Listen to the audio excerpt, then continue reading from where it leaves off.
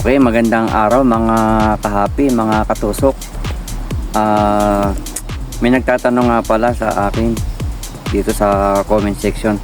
So si Sir Joel Felicio, may age limit po ba? At si Sir Saul Trias Jr., shout out po sa inyo.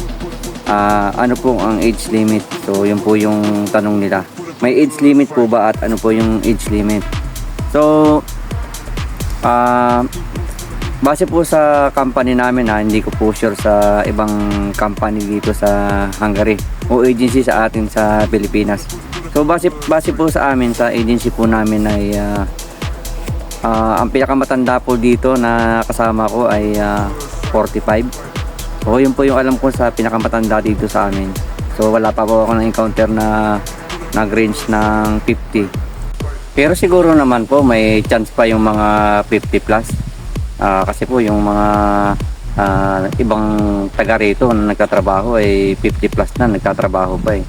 So siguro lang po yun, hindi po ako sigurado, mga kabayan, kahapi, katusok.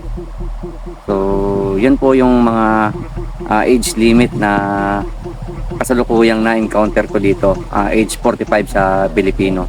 So 45 pataas, wala pa po akong na-encounter na ganun dito. Okay, salamat po.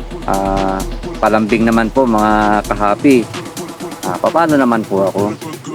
At sana manood po ulit kayo sa susunod ko pang mga video. Salamat.